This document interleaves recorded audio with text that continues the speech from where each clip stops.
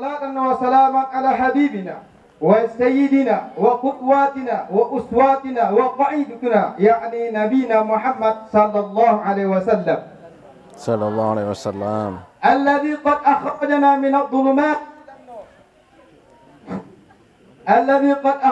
من الظلمات إلى النور أو إلى صراط الله المستقيم كما شاءنا في هذا الزمان. نعم. ثالثا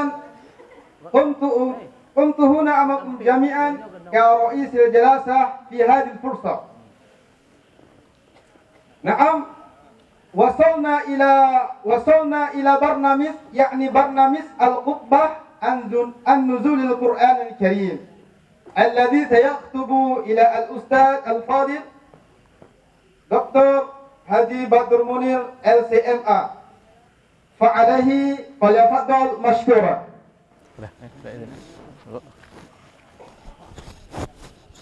من الشيطان الرجيم. بسم الله الرحمن الرحيم. السلام عليكم ورحمة الله وبركاته.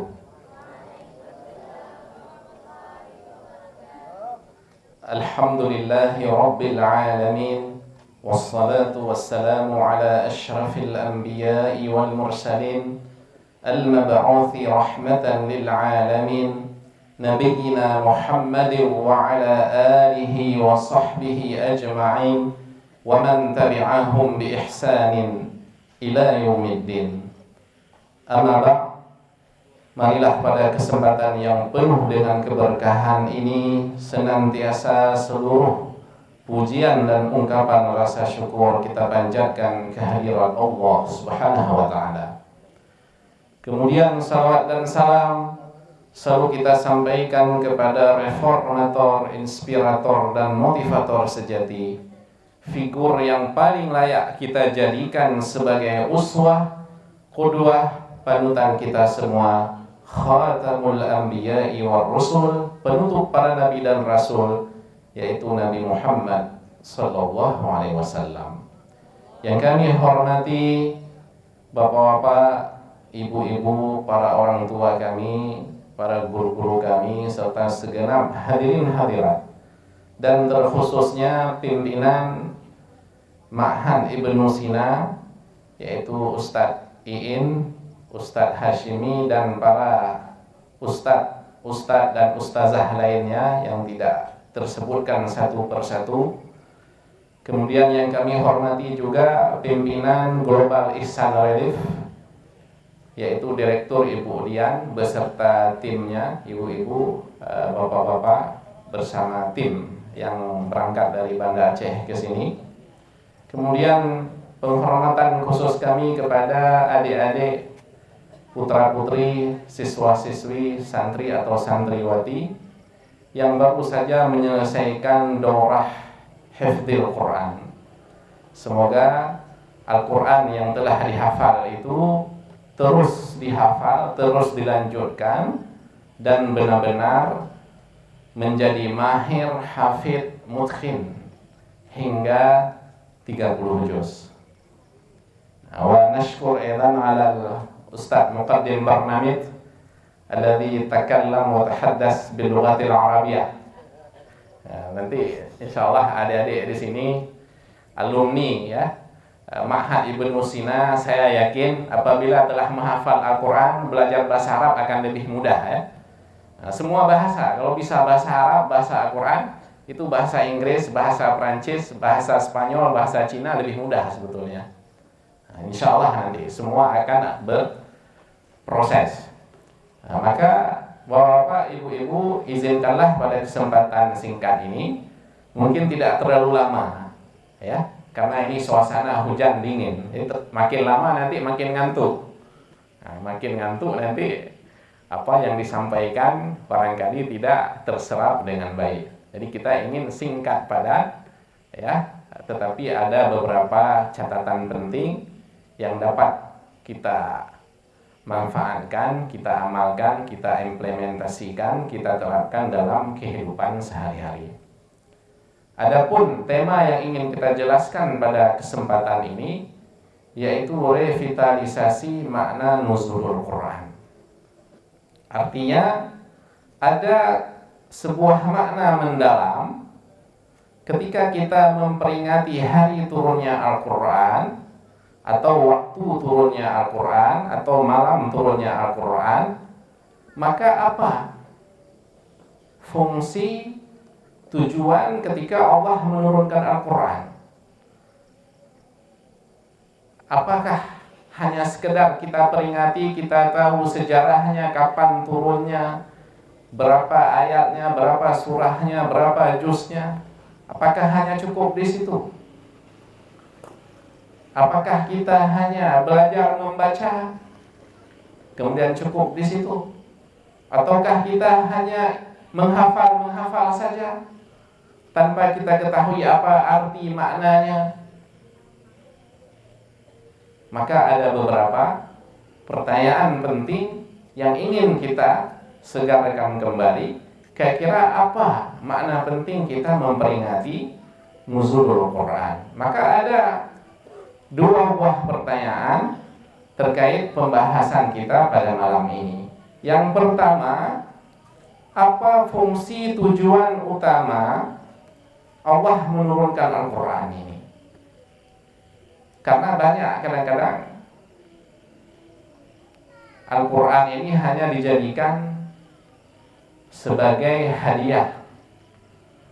Bahkan kalau di luar daerah Aceh itu ada menjadikan Al-Quran sebagai mahar nih, mahar pernikahan. Ya sah, nikahnya sah dengan mahar seperangkat salat sajadah, akan dengan mahar satu mushaf Al-Quran terbaru. Apakah hanya cukup di situ? Atau ada kita pergi ke rumah, Al-Quran sudah jadi semacam hiasan. Jadi tidak pernah dibaca, telah berdebu. Kapan dibuka? Nanti kalau ada orang meninggal dunia baru dibuka Al-Quran. Nah, maka ini yang ingin kita kupas. Apa fungsi utama kenapa Allah menurunkan Al-Quran? Kemudian yang kedua, kenapa Al-Quran diturunkan dalam bahasa Arab? Kenapa tidak diturunkan dalam bahasa Aceh? Ya kan nggak capek lagi kita belajar bahasa Arab. Atau mungkin di sini bahasa anak jame. Nah, kenapa nggak diturunkan dalam bahasa Inggris?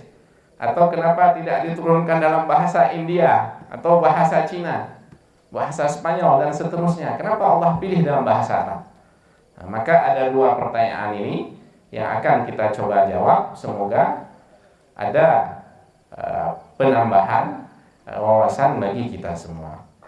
Maka yang pertama dulu, kenapa kira-kira Al-Quran diturunkan dalam bahasa Arab?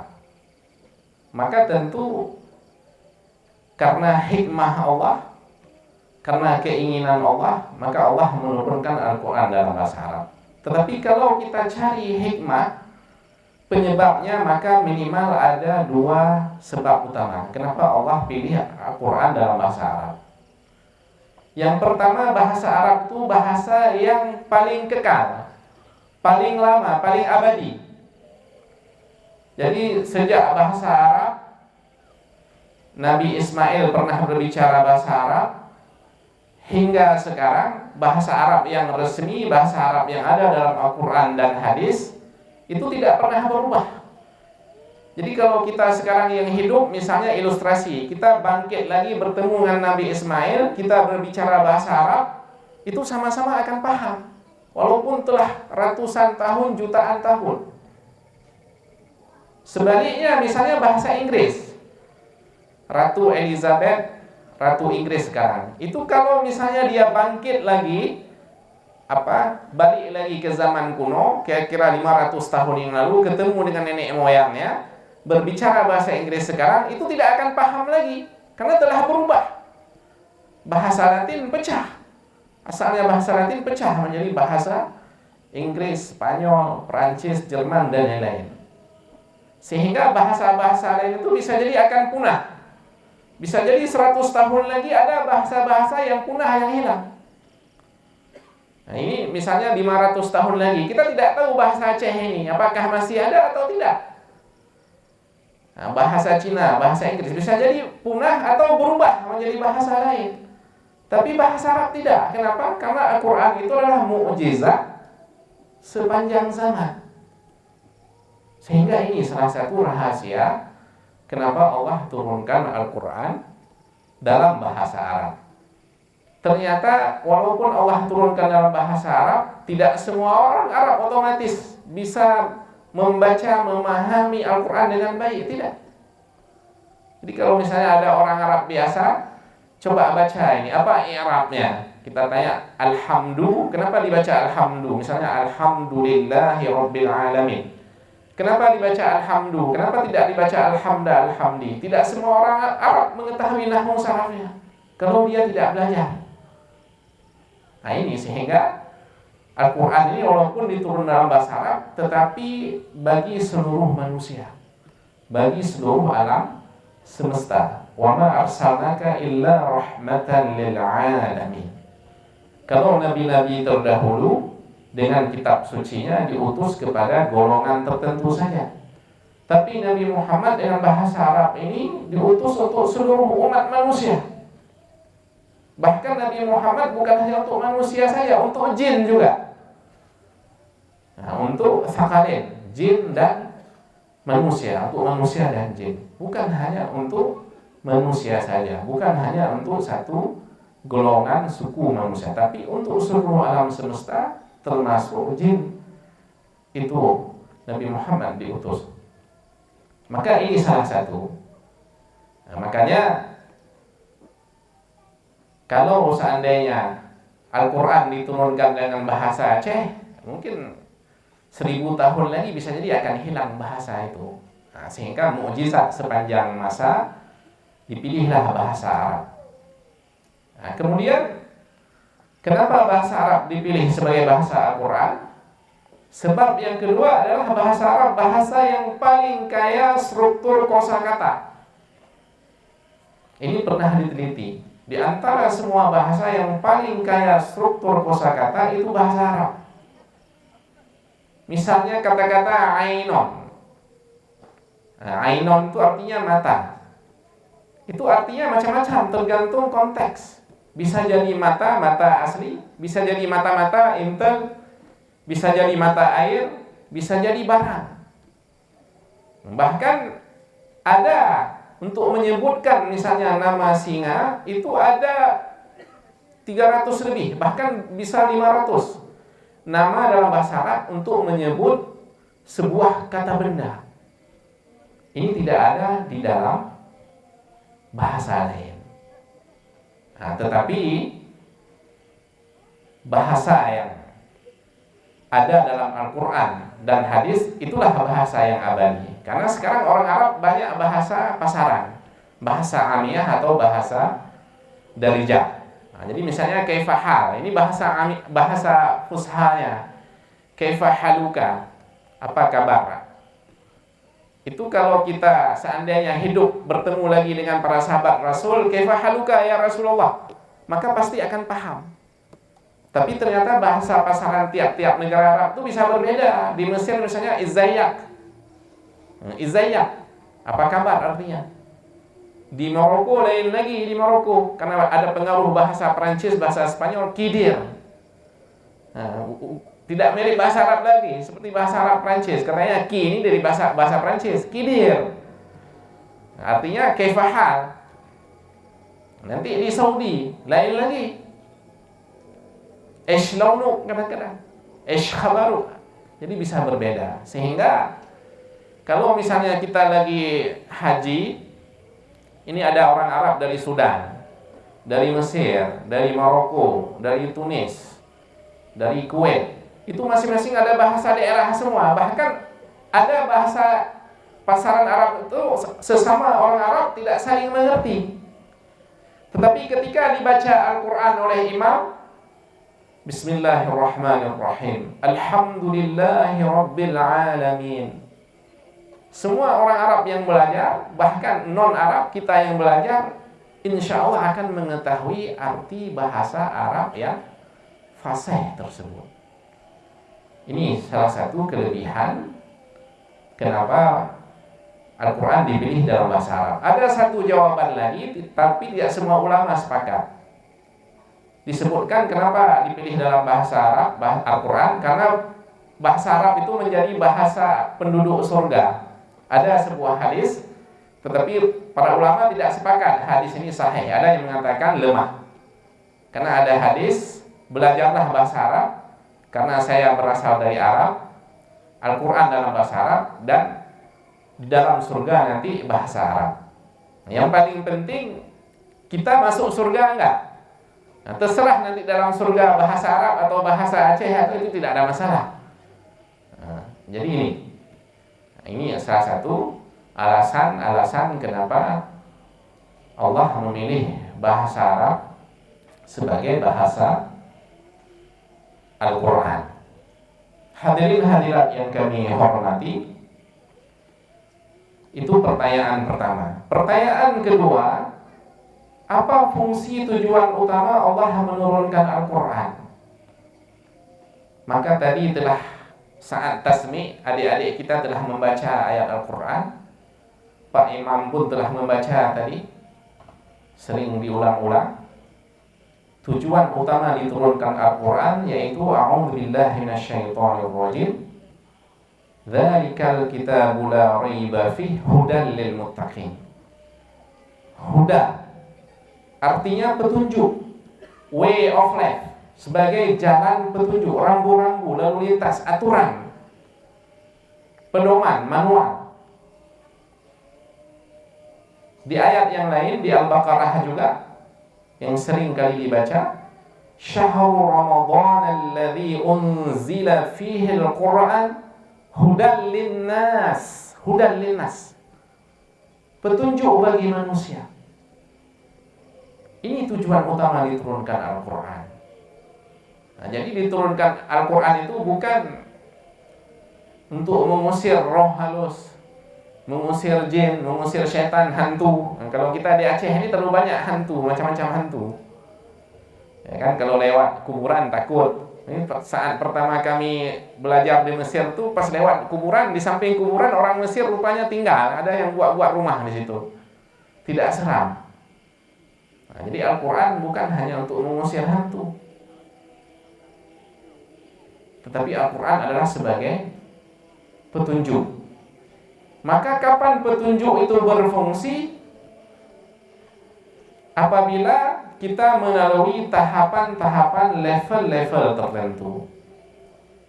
Contoh misalnya, ini kalau di Banda Aceh itu ada simpang-simpang, ada lampu merah, lampu hijau, bahkan nanti ada tulisan dilarang menerobos sebelah kiri. Ternyata sudah ditulis dilarang menerobos, justru orang makin menerobos. Kadang-kadang mengakibatkan kecelakaan, apalagi di waktu-waktu yang padat. Udah ada lampu merah, bahkan ditulis kadang-kadang kalau lampu merah itu belum boleh jalan, nanti kira-kira beberapa menit lagi baru boleh jalan. Tapi lampu merah orang langsung menerobos, sehingga petunjuk lalu lintas itu tidak ada fungsi. Kenapa? Sehingga ketika ada orang yang menyalahi aturan, kita bertanya, apa dia tidak bisa membaca? Dilarang menerobos, apa dia tidak bisa membaca? Atau jangan-jangan dia bisa membaca, tetapi tidak mengetahui artinya. Sama kadang-kadang kita baca bahasa Inggris, ya kan, baca bahasa Inggris tapi tidak tahu artinya, kan bisa jadi. Atau ada bahasa Cina, kita baca bahasa Jepang, kan ada di HP, tapi tidak tahu artinya. Atau kadang-kadang kita mengetahui membaca arti, tetapi kita tidak mau mengamalkannya. Nah, maka ini yang ingin kita tekankan pada kesempatan ini.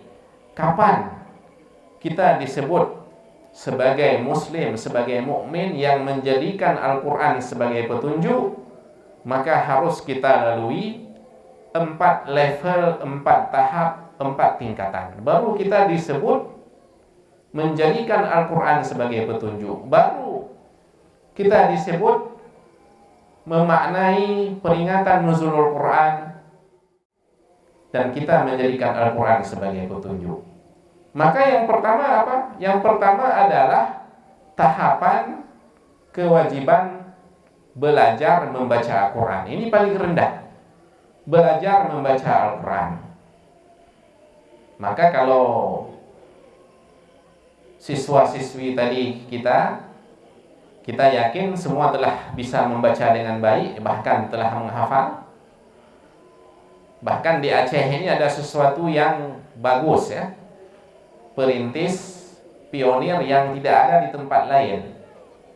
Misalnya ada sekarang syarat untuk menjadi pejabat publik, gubernur misalnya, bupati, wali kota, atau anggota DPR A atau DPRD kota, provinsi kabupaten, bahkan mungkin hingga kecil, itu harus bisa membaca Al-Quran dengan standar yang paling rendah. Nah, maka kalau alumni Ma'had Ibnu Sina, ya kan, siapa tadi misalnya ikut tes untuk anggota DPR, pasti insya Allah akan lewat, karena bisa membaca, bahkan bisa menghafal. Nah, bahkan di tempat kita bukan bapak bupati aja, yang putri juga mungkin jadi bu bupati kan, bu wali kota, maka yakin akan lewat. Nah, tapi kalau misalnya alumni lain, kita tidak tahu, karena ada saat dites Al-Quran ternyata nggak lulus. Kenapa? Oh, bukan saya nggak bisa membaca, lupa bawa kacamata katanya. Biasanya tidak pernah disebut lupa membawa kacamata. Tapi ketika tes Quran nggak lulus, kenapa nggak bisa baca? Nggak bisa, cuma saat dites lupa bawa kacamata. Atau kacamata lama, minusnya udah bertambah, jadi nggak kelihatan lagi. Nah, itu terjadi ya di Banda Aceh ketika dites, ada beberapa orang tidak lulus membaca Al-Quran. Lantas bagaimana dia orang Islam? Al-Quran itu ibarat oksigen. Ini bapak-bapak, ibu-ibu, untuk hidup kita di bumi ini perlu oksigen. Selain nitrogen, oksigen. Ini kalau seandainya Allah stop, nggak usah lama-lama, 1 menit ini Allah stop oksigen, berarti secara hukum alam kita mati semua. Oksigen nggak ada. Demikian juga kalau Al-Quran tidak belajar, maka sebetulnya ibarat zombie. Zombie itu mayat hidup. Hidup tapi mayat. Nah, ini perumpamaannya. Nah, maka siswa-siswi di Ibnu Sina ini melangkah lebih jauh, bukan belajar membaca saja, tapi telah menghafal. Maka kalau kita lihat sangat banyak hadis-hadis Rasul yang menyebutkan kelebihan orang yang belajar dan mengajarkan Al-Quran. Kalau mau jadi orang yang paling baik di sisi Allah, maka tidak usah jauh-jauh. Rasul bersabda di dalam hadis Sahih Bukhari, khairukum man ta'allama al-Qur'ana wa 'allamah. Sebaik-baik orang di antara kalian yang belajar Al-Quran dan mengajarkan Al-Quran. Maka Ma'had Ibnu Sina Global Ihsan Relief ini, itu berkumpullah di situ orang-orang yang baik, belajar Al-Quran dan mengajarkan Al-Quran. Ini hadis Rasul. Jadi untuk menjadi manusia paling baik tidak harus paling hebat, misalnya, atau paling kaya, atau paling tajir. Ada istilah sekarang paling tajir misalnya. Tapi salah satunya adalah belajar Al-Quran dan mengajarkan Al-Quran. Ini level pertama. Jadi kalau kita ingin menjadikan Al-Quran sebagai petunjuk, berarti kita harus belajar Al-Quran. Belajar hingga bisa membaca. Ini level pertama. Apakah hanya cukup belajar membaca kemudian titik, sehingga kita disebut telah menjadikan Al-Quran sebagai petunjuk? Maka tidak cukup, Bapak Ibu. Perlu melangkah ke tahap selanjutnya, yaitu terus membaca bahkan menghafal ayat Al-Quran itu. Ini tahap kedua. Maka di hadis Sahih, Rasul kembali bersabda, mathalul ladzi yaqra'ul Qur'an mathalul uthrujah ta'amuha thayyib wa rihuha thayyib. Perumpamaan orang muslim, orang mukmin yang dia selalu membaca Al-Quran dan menghafal Al-Quran, maka ibarat Utrujah ini yaitu sejenis ini, buah jeruk yang rasanya enak, baunya pun sangat wangi. Lantas bagaimana kalau ada orang mengaku Islam, Al-Quran tidak dibaca, tidak dicoba dihafal-hafal? Maka bisa jadi ibarat buah-buahan yang rasanya pahit, asam, bahkan mengeluarkan bau yang tidak wangi atau tidak enak. Mudah-mudahan kita tidak termasuk ke dalam kelompok tersebut. Bapak-bapak, ibu-ibu yang kami hormati, apa kelebihan orang membaca dan menghafal Al-Quran? Maka kadang-kadang sekarang kita ada acara atau lagi di rumah atau di kamar, tiba-tiba mati listrik, kan sibuk kita mencari-cari penerangan. Maka nanti ketika kita masuk ke dalam kuburan itu sempit sekali itu, rumah masa depan. Nah, tidak ada senter di situ, tidak ada listrik, tidak ada HP, tidak bisa calling lagi, telepon tidak bisa WA lagi. Di kuburan sangat sempit, gelap gulita. Siapa yang menerangi kuburan kita itu? Siapa yang menolong kita itu? Al-Quran. Bahkan juga di hari akhirat nanti. Maka Rasul memerintahkan kita dalam hadis sahih, Iqra'ul Quran fa innahu ya'ti syaumal qiyamati syafi'an li ashabi. Hendaklah kalian baca Al-Quran, karena sesungguhnya Al-Quran itu akan datang pada hari kiamat nanti sebagai pembawa syafaat bagi orang-orang yang membaca Al-Quran. Maka kita hidup di dunia baru mati lampu saja udah sibuk seperti tadi. Apalagi di alam kubur, di akhirat gelap gulita. Maka yang bisa menerangi itu adalah bacaan-bacaan Al-Quran. Karena membaca Al-Quran tidak sama dengan membaca koran, majalah, atau membaca medsos dan lain-lainnya. Nah, kemudian setelah membaca, ini langsung berlanjut level menghafal. Nah, jadi bukan dibaca-baca aja, ada yang harus kita hafal. Tentu tidak semua kemampuan menghafal sama. Nah, minimal secara umum menjadi fardhu ain menghafal untuk bisa salat. Nah, jangan hanya misalnya qul huwallahu ahad saja. Setiap salat langsung Al-Ikhlas terus dibaca. Padahal Al-Quran sangat banyak. Atau kadang-kadang kan ada acara tempat kita itu Yasin selalu dibaca. Bukan tidak boleh, boleh. Tapi Al-Quran banyak sekali. Kenapa harus Yasin selalu dibaca? Padahal Al-Quran dari Al-Baqarah hingga Juz Amma, kenapa harus Yasin? Nah, walaupun bukan berarti tidak boleh, tapi ayat Al-Quran sangat banyak. Rasul memerintahkan kita untuk membaca semua ayat dan berusaha menghafal. Nah, tentu adik-adik ini baru permulaan yang bagus ya, menghafal 1 juz, 2 juz, nanti langsung naik insyaallah 5 juz, 10 juz, 20 juz, 30 juz. Di atas 30 juz ada lagi. Karena dulu ada cerita yang pernah saya ceritakan. Jadi cerita kawan saya dari Makassar, masa Orde Baru dulu. Jadi kan kalau dekat-dekat pemilu biasanya ada pejabat, menteri dari Jakarta datang ke daerah, berkunjung ke pesantren di Makassar. Nah, saat itu ada acara seperti ini. Nah, menteri itu Muslim dia, tapi barangkali tidak menjadikan Al-Quran betul-betul sebagai petunjuk. Jadi dikasih tahu, Pak Menteri, ini anak-anak ini alhamdulillah telah hafal 5 juz. Kalau ini 10 juz, ini 20 juz. Nah, kalau ini yang paling bagus Pak Menteri, berapa udah hafal? 30 juz. Oh, bagus Dek ya. Nanti berapa juz lagi harus dihafal? Nah, dipikir ada 40 juz, ada 60 juz. Nah, itulah karena ketidaktahuan tentang Al-Quran.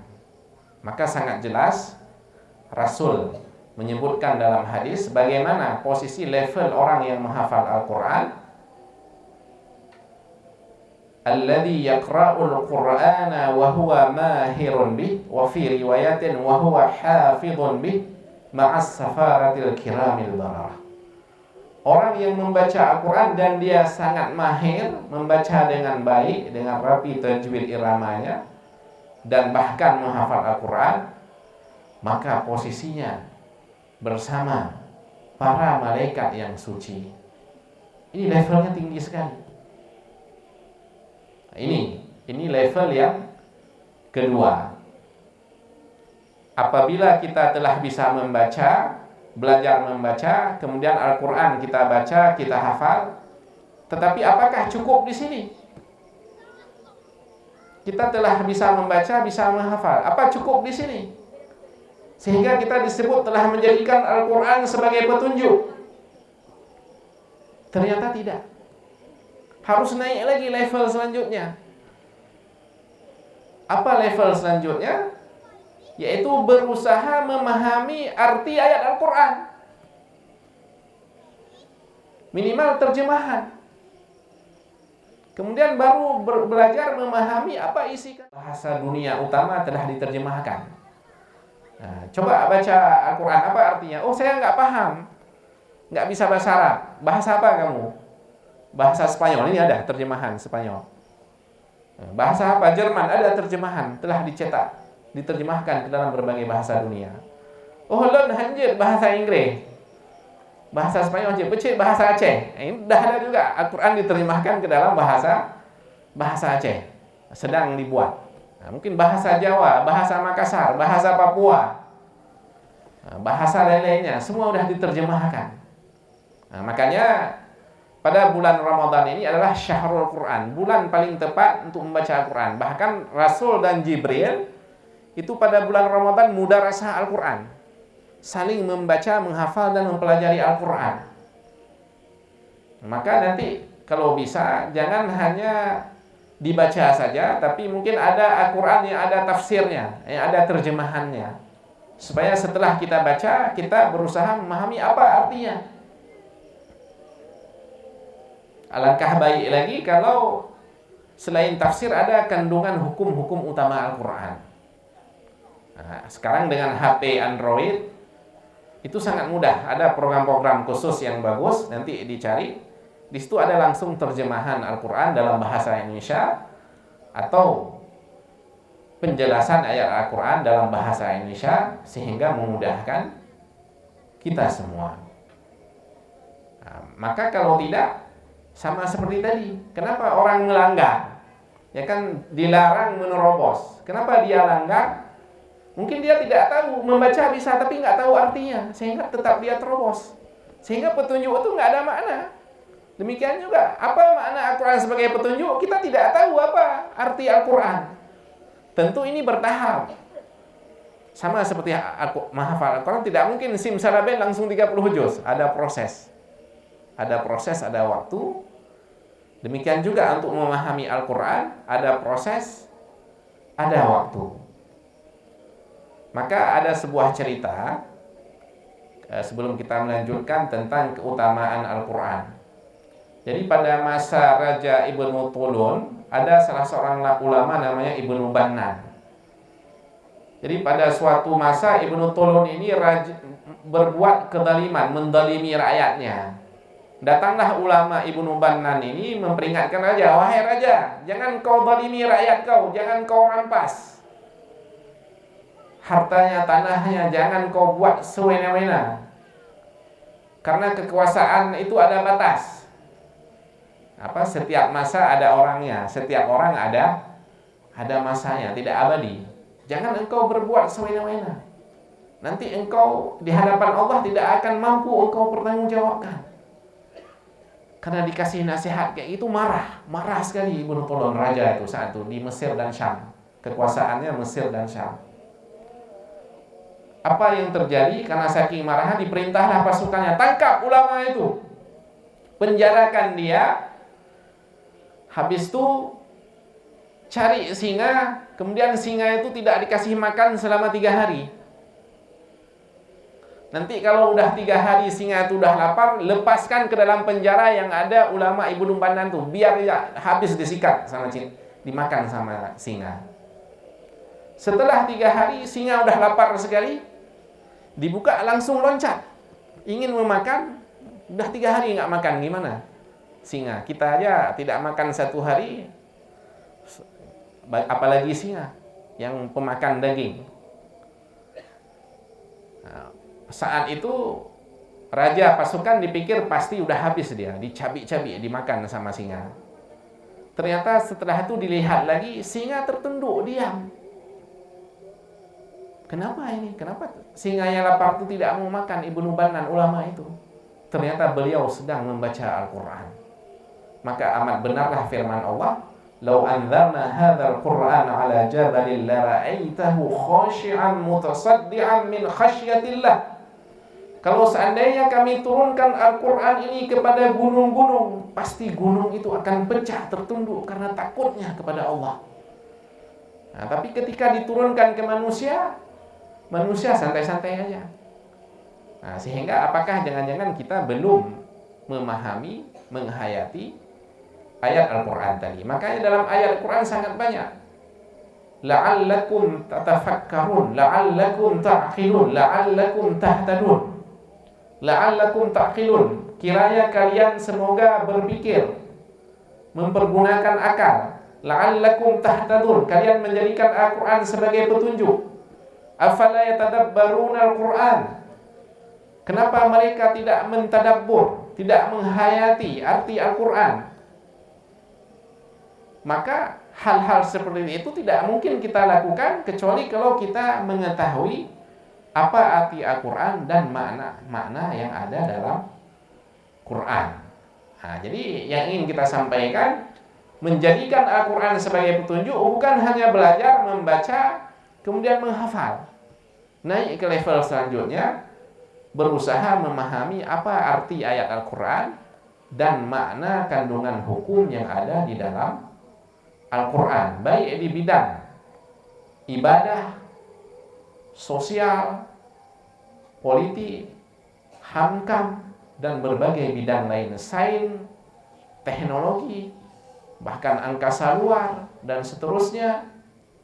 Al-Quran secara global telah menjelaskan berbagai pengetahuan.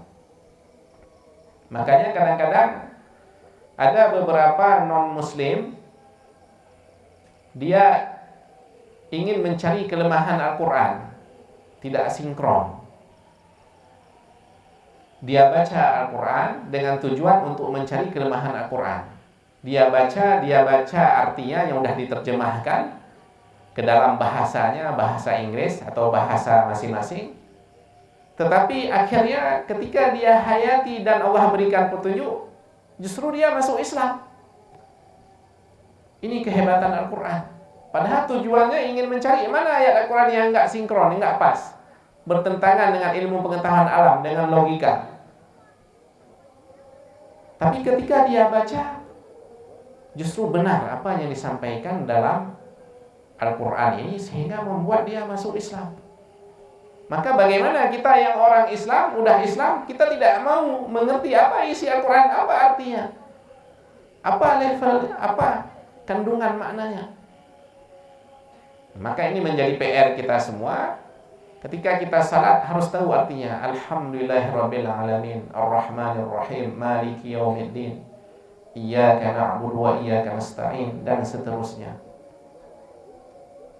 Pelan-pelan, secara pelan-pelan, secara bertahap. Karena kalau tidak, kita belum disebut menjadikan Al-Quran sebagai petunjuk. Kemudian yang terakhir, sebelum menutup, apakah cukup telah bisa membaca, kemudian menghafal dan mengetahui arti? Tidak. Yang terakhir yang paling berat, yaitu mengamalkan isi Al-Quran. Ini paling berat. Bahkan orang yang disebut Ahlul Quran bukan hanya orang yang bisa membaca, bukan hanya orang yang menghafal 5 juz, 10 juz, 20 juz, 30 juz, bukan hanya orang yang mengetahui arti dan maksud Al-Quran. Yang disebut Ahlul Quran adalah orang yang mengamalkan isi Al-Quran. Ini yang paling berat. Kalau seandainya kita mengamalkan Al-Quran, umat Islam di mana-mana akan maju. Bukan hanya di bidang agama, di bidang berbagai ilmu pengetahuan. Kenapa kadang umat Islam tertinggal? Karena kita tidak mengamalkan Al-Quran secara lengkap. Seharusnya yang berhak menemukan pesawat terbang itu orang Islam. Kenapa? Karena Allah menyuruh kita apabila mampu untuk naik haji atau umrah ke Mekah. Sebetulnya kalau Allah perintah naik haji dan umrah, sebetulnya diperintahkan, berarti kamu harus buat transportasi untuk pergi ke sana. Tapi sejak dulu hingga sekarang, mungkin sekarang baru bisa. Itu pesawat Boeing dibuat di Amerika, Airbus dibuat di Prancis, dan seterusnya. Nah, kalau Allah menyuruh kita untuk menutup aurat, sebetulnya Allah memerintahkan kita untuk membuat pabrik tekstil, pabrik baju, kain. Karena tanpa itu tidak mungkin kita menutup aurat. Nah, kenapa kadang-kadang itu tidak terjadi? Karena kita tidak mengamalkan isi Al-Quran dengan baik dan lengkap. Nah, sehingga di sini kadang-kadang kita tidak bisa disebut telah menjadi ahlul Quran 100%. Tergantung tingkat pengamalan kita masing-masing. Jangan-jangan saya baru mengamalkan Al-Quran itu, atau saya disebut sebagai ahlul Al-Quran baru 30%. Kenapa? Karena isi Al-Quran baru 30% saya amalkan. Hanya mengamalkan salat. Nah, tetapi misalnya sosial belum ada. Atau ada orang mengamalkan bagian sosial, tapi salat, sedekah, zakat belum ada. Nah, sehingga Al-Quran ini harus diamalkan dari berbagai isinya, bukan hanya satu. Nah, ini yang paling berat. Makanya ada di hadis Rasul yang diriwayatkan Imam Bukhari, yu'ta bil Qur'ani yaumal qiyamah wa ahluhu alladzina kanu ya'maluna bih. Imam Al-Baghawi, salah seorang ulama hadis terbesar, menjelaskan, yufham min hadza anna mujarrad qira'at al-Qur'an la yaj'alu syakhsa min ahli al-Qur'an ma lam ya'mal bih. Nah, berdasarkan hadis ini, yaitu hari akhirat nanti siapa yang Allah berikan syafaat karena membaca Al-Quran, bukan hanya orang yang membaca, tapi yang mengamalkan Al-Quran. Nah, sehingga Imam Baghawi mengatakan, berarti yang disebut ahli Al-Quran, disebut orang Islam mukmin yang menjadikan Al-Quran sebagai petunjuk, bukan hanya orang yang membaca, menghafal, mengerti Al-Quran, tapi yang mengamalkan Al-Quran. Nah, ini yang paling berat. Berapa persen isi Al-Quran yang kita amalkan? Bahkan Anas bin Malik dalam sebuah athar mengatakan, rubba talil lil Qur'an wal Qur'anu yal'anu. Betapa banyak orang yang membaca dan menghafal Al-Quran, tetapi Al-Quran melaknatnya. Kenapa? Karena kita tiap hari kita baca Al-Quran, tapi kadang-kadang tidak kita amalkan. Nah, misalnya i'adilu, berbuat adil, tapi kadang-kadang banyak di antara kita tidak berbuat adil, justru suka mendalimi. Padahal tiap hari kita baca Al-Quran. Alhamdulillahirabbil alamin, segala puji milik Allah. Kadang-kadang tidak kita amalkan. Ada di antara kita masih suka dipuji-puji terus, padahal pujian itu hanya milik Allah, manusia tidak berhak dipuji, dan seterusnya. Nah, ini bahkan ini yang paling berat, Bapak Ibu-ibu. Dalam hadis yang diriwayatkan oleh Imam Ahmad, Rasul pernah bersabda memperingatkan kita semua, inna aktsara munafiqi ummati qurra'uha. Sesungguhnya kebanyakan orang-orang munafik umatku adalah orang-orang yang membaca Al-Quran. Ini harus hati-hati. Kenapa? Karena kita membaca Al-Quran, tetapi tidak kita amalkan isi Al-Quran. Maka menjadi PR kita semua dengan peringatan nuzulul Quran ini, sampai mana level saya? Level kita terhadap Quran sampai mana? Apakah hanya baru membaca? Maka tingkatkan menghafal. Tentu sesuai kemampuan masing-masing. Kemudian memahami arti Al-Quran.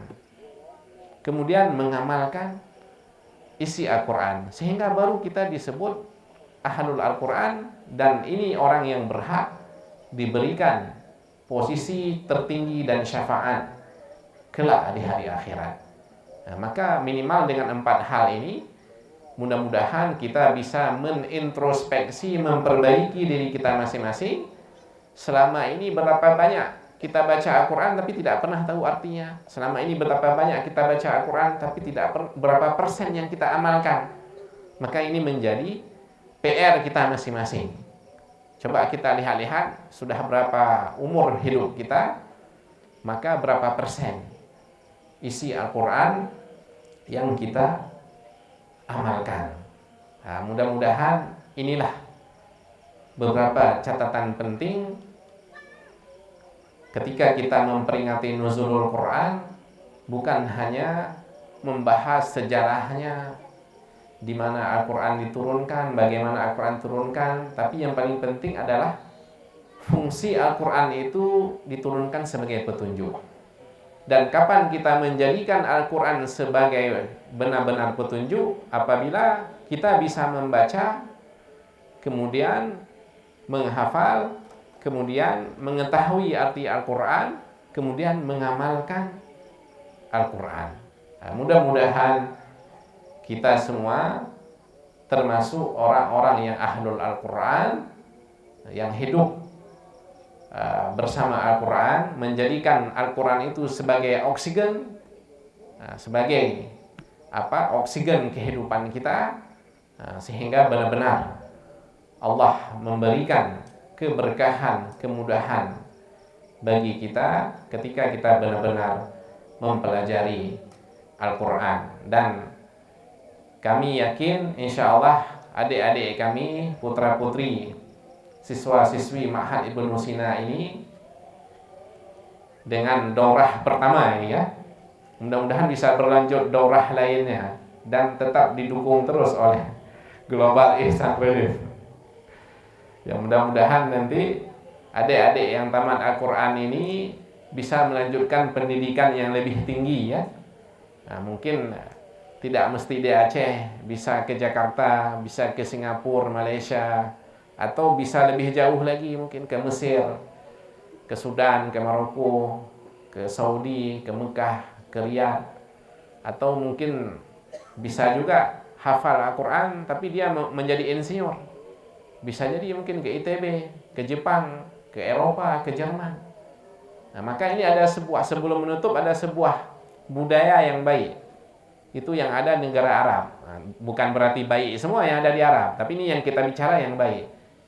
Jadi saat pertama dulu saya ke Mesir itu kan ada menunggu bus di pustaka, di jalan-jalan. Kita lihat orang Mesir bawa mushaf, membaca Al-Quran. Jadi lagi nunggu bus, lagi membaca Al-Quran. Ada juga yang menghafal dalam bus, dalam ini dengan suara pelan. Ini saat itu 96 berangkat ke Mesir. Itu belum ada budaya di Indonesia. Bahkan dibilang orang Aceh, orang Indonesia termasuk yang paling malas membaca. Yang paling hebat katanya berbicara nomor 1 kita. Membaca termasuk malas. Itu dulu ya, mungkin sekarang udah berubah. Ada perubahan. Kalau sekarang kita lihat banyak sekali orang membaca Al-Quran, menghafal. Itu budaya yang bagus di Arab. Jadi membaca Al-Quran itu suatu budaya yang ini. Apa kalau nggak baca Quran nggak enak? Dibaca, dihafal, dipahami, dilihat-lihat apa isinya, kapan, apa yang belum kita amalkan. Itu ada budaya yang bagus di Arab. Nah, tapi mudah-mudahan budaya itu juga telah ada di tempat kita, bahwa membaca Al-Quran itu adalah seperti oksigen. Kalau tidak ada oksigen, maka kita akan menjadi zombie, akan mati, bisa jadi menjadi mayat hidup. Tapi dengan ada Al-Quran, maka kita terus hidup. Karena Al-Quran itu adalah syifa, rahmah, hudan lil muttaqin. Al-Quran itu adalah petunjuk, penawar, obat, dan juga rahmat bagi kita semua. Maka ini yang dapat kami sampaikan. Mudah-mudahan sudah cukup. Karena malam pun semakin dingin, kalau dilanjutkan lagi nanti akan ketiduran. Nah, jadi semoga ada manfaat ya. Kami mengucapkan terima kasih kepada pimpinan Ma'had Ibnu Sina dan Global Ihsan Relief yang telah memberikan kesempatan sehingga bisa bertemu dengan bapak-bapak ibu-ibu dengan para santri-santriwati, para ustazah di sini. Kita berdoa supaya Ma'had Ibnu Sina ini terus ya meningkat, baik dari sisi SDM, SDA, kualitas dan kuantitas. Amin ya rabbal alamin. Mungkin ini yang dapat kami sampaikan. Mohon maaf kalau ada kekurangan dan kekhilafan. Yang benar dari Allah, yang salah dari manusia. Subhanakallahumma bihamdika nashhadu an la ilaha anta nastaghfiruka wa natubu ilaik. Wassalamualaikum warahmatullahi wabarakatuh.